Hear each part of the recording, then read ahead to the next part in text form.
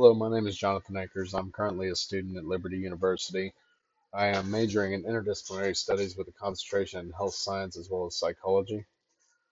My long-term career interests involve working in the field of psychiatric medicine, either as a physician working to treat mental health conditions or as a clinical researcher who is studying how the psychological disorders affect the physiological areas of the body.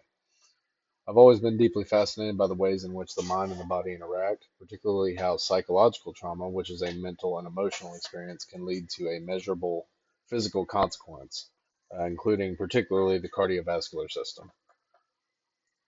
This developed curiosity over the years blends both health science and psychology, is what led to my current research topic, which is the potential relationship between psychological trauma and cardiac arrhythmias.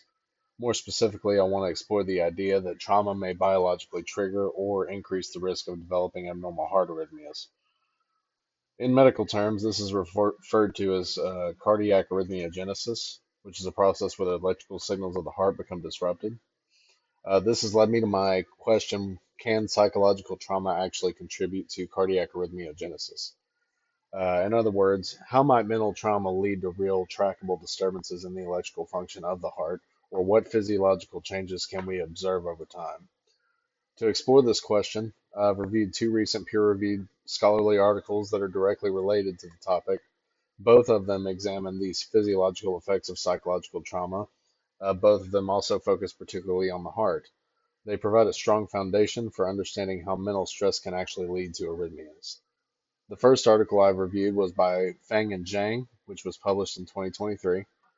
Their work centers on a concept called the heart-brain axis, which is essentially the idea that the brain and the heart are constantly communicating with each other through neural and hormonal signals.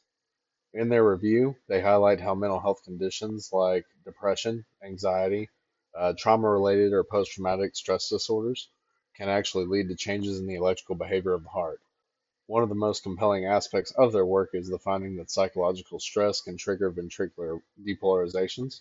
A lot of times, in my field particularly, we see these as premature ventricular contractions, which can also act as an induction agent, or say for supraventricular tachyarrhythmias. These are abnormal, usually ectopic early beats in the lower chambers of the heart. If they occur in the wrong sequence or in a vulnerable heart, they can actually lead to more serious rhythm issues like reentry, ventricular tachycardias, or ventricular fibrillation, which leads to cardiac arrest. These are dangerous arrhythmias. They get stuck in kind of a looping pathway, which make the heart beat abnormally fast. Feng and Zhang also explain that this connection isn't just theoretical, it's actually backed by data showing how chronic psychological distress can have measurable cardiac effects. The second article that I've examined was by Lambias, Garfinkel, and Taggart, also published in 2023. Their study tends to look at the brain-heart relationship through the lens of neurocircuitry and neuroscience, essentially how neural stress signals from the brain alter the functioning of the heart's electrical system. With this article, we specifically focus more on how psychological stress actually disrupts the ANS, or autonomic nervous system. This is also referred to as dysautonomia, which is responsible for regulating involuntary functions like heart rate and blood pressure.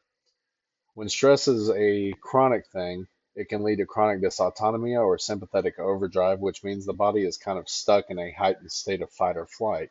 This can cause electrical changes in the heart and different morphologies such as QT interval prolongation or dispersion of repolarization.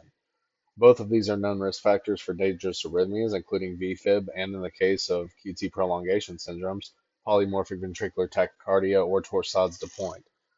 These arrhythmias can be fatal if not treated quickly. What stood out to me the most in these findings was the idea that even people with genetic predispositions to arrhythmia may have those conditions triggered or worsened by psychological stress. In other words, the trauma doesn't have to create the problem, it can exacerbate an underlying risk. Together, these two sources support the view that psychological trauma can actually lead to real electrical and structural changes in the heart or other cardiomyopathies, specifically through the mechanisms of the ANS dysregulation, electrophysiological changes, and stress hormone activation such as cortisol and extended catecholamine release. We also see increased fibrotic cytokines that are effectively released, leading to myocardial stiffening, things like right or left ventricular hypertrophies, and conduction delays, which further disrupt the heart's rhythm. This can form a strong foundation for scientific investigation into my research question. In order to explore the question further, I would use a quantitative observational research design. Specifically, I would design either a cohort study where a group of trauma exposed individuals followed over time, or a case control study, which compares individuals with arrhythmias to a similar group without them to look for differences in trauma history. This kind of study allows for the identification of correlations and patterns between psychological trauma and arrhythmia, and these risks are shown in the real world populations. It would not involve manipulating variables, which is both ethical and appropriate given the nature of trauma research. Instead, it would rely heavily on natural variation in medical data. There are several key strengths to using this kind of research method. I would say first that it allows for the inclusion of larger sample sizes, which will increase the generalizability of the findings to a wider population. Secondly, the method would use objective clinical data instead of subjective information. We would use things like electrocardiography, whether obtained by Holter monitor reports or serial electrocardiography, and standardized assessments such as the PCL5, which test is the post-traumatic stress checklist, to ensure consistency in measurements. While these tools are well validated, meaning they're accurate and reliable across different settings and participants, this will also increase the likelihood that the findings would be able to be replicated in future studies, which is essential in this research. However, this approach is not without limitations. One issue is the presence of a confounding variables. For example, participants with trauma histories may also have a higher rate of substance abuse. They may have more maladapting coping factors such as smoking, alcohol use, and those sort of things. They may have medication usage or pre-existing cardiovascular conditions. These variables could actually affect the risk of arrhythmias independently of trauma exposure, making it more difficult to draw a clear conclusion. Additionally, if the study uses a retrospective design relying on past medical records or self-reported history, it may suffer from incomplete data or recall bias, which would actually weaken the internal validity of the study. In terms of reliability and validity, this method has both the advantage and risks. Reliability would be enhanced by using a standardized instrument across all the participants. For example, using the same trauma assessment tools for everyone and the same ECG criteria for identifying arrhythmias. This would help ensure that results are consistent as well as reproducible. On the other hand, validity, particularly internal validity, will depend on how well the study can rule out other explanations for the observed relationships. That's why it's important to statistically control these variables, such as anxiety levels, medication use, or genetic factors that could also influence the heart. If I were to conduct this research, I would absolutely begin by recruiting adult participants who have a clinically documented trauma history. I would probably approach people, first responders, veterans of that area, and I would collect psychological data using standardized assessments. We would start with PCL5 to determine post-traumatic stress presence and gather cardiac data using a hospital ECG record, serialized 12-lead ECGs, or wearable heart monitors, such as halters. A control group without trauma exposure, matched for age, gender, and baseline health, would be included to provide this comparison.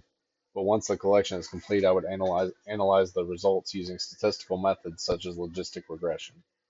This would allow me to calculate the odds of developing arrhythmia based on the factor of trauma exposure. In conclusion, my research question is, can psychological trauma contribute to cardiac arrhythmiogenesis?